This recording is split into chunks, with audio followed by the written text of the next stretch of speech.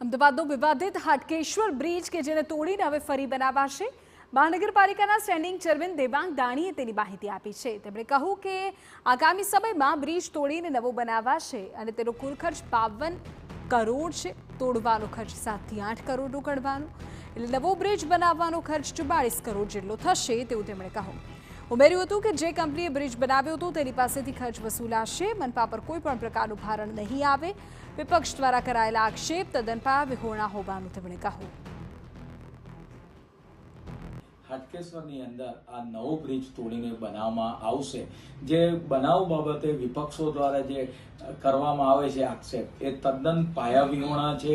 જે પણ બ્રિજનો જે ખર્ચો થવાનો છે 52 કરોડ 44 રૂપિયા નવો બ્રિજ બનાવવાનો સ્પાન સાથે અને 7 થી 8 કરોડ રૂપિયા તોડવાનો, આમ ટોટલ જે કોસ્ટ છે 52 કરોડ રૂપિયા। એ તમામ કોસ્ટ આપણે વાત કરીએ કે જે કંપનીને બ્લેકલિસ્ટ કરી છે, જે કંપની પાસે જેને બ્રિજ બનાવ્યો હતો 17ની અંદર અને 19ની અંદર સ્ટ્રક્ચરમાં ખામી થતા એ બ્રિજ આપણે બંધ કર્યો, તો એ કંપની પાસેથી આ તમામ જે ખર્ચ છે એ વસૂલવામાં આવશે। આ મહાનગરપાલિકા દ્વારા આના ઉપર કોઈ પણ પ્રકારનું ભારણ આવશે નહીં। તો હાટકેશ્વર બ્રિજને તોડીને નવા બનાવવાના ખર્ચ મુદ્દે રાજકારણ ગરમાવું છે। બ્રિજ બનાવવા કરતાં તોડવાનો ખર્ચ વધુ હોવાનો કોંગ્રેસનો આક્ષેપ છે। તંત્રની કામગીરી સામે કોંગ્રેસે લગાવ્યા છે ભ્રષ્ટાચારના આક્ષેપ। બ્રિજ તોડીને નવા બનાવવાના ખર્ચ મુદ્દે સોશિયલ મીડિયા પર વોર।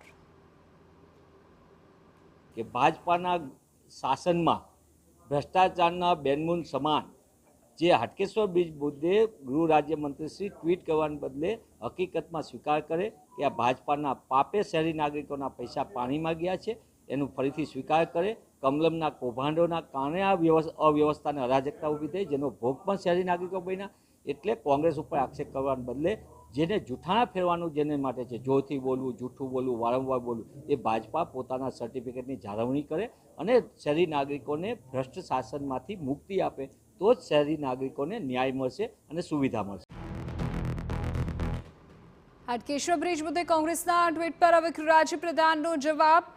હર્ષ સંઘવીએ કોંગ્રેસ પર કર્યા પ્રહાર। કહ્યું કે કોંગ્રેસનું કામ જુઠ્ઠાણું ફેલાવવાનું છે, અમારું કામ છે સાચું બતાવવાનું।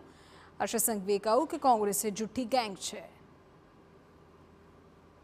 આ પ્રકારે જુઠ્ઠી માહિતી આપવી, ખોટી માહિતી આપવી, આ કોંગ્રેસનું કામ છે। સાચી માહિતી આપવું એ અમારું કામ છે, અમે કર્યું છે। અને લાયર ગેંગ છે જ, એમાં કોઈ બેમત નથી।